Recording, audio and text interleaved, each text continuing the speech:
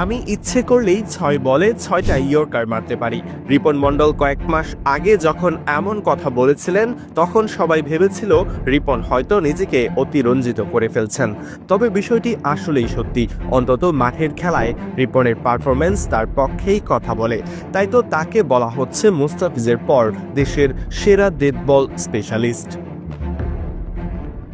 প্রথমে ২০২২ অনূর্ধ্ব-১৯ বিশ্বকাপ দিয়ে লাইমলাইটে আসেন রিপন মণ্ডল। ১৪ উইকেট তুলে জায়গা করে নিয়েছিলেন সেই বিশ্বকাপের সেরা একাদশে।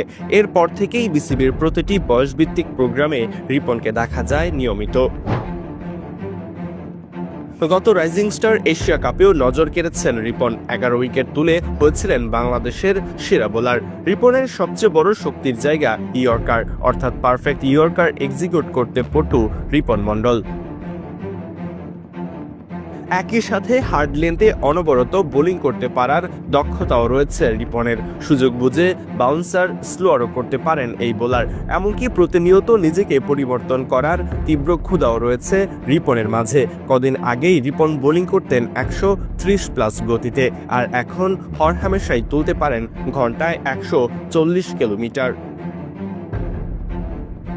চলমান বিপিএলে দুর্দান্ত বোলিং করে ২ ম্যাচে রাজশাহীকে জিতিয়ে এবার বিশ্বকাপে খেলার স্বপ্ন দেখছেন রিপন। ডেথ ওভারে মুস্তাফিজের সাথে রিপনের জুটি দেখার জন্য মুখিয়ে আছে সবাই।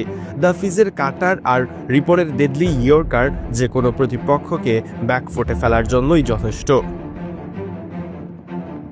সরজয়ন, ডি স্পোর্টস।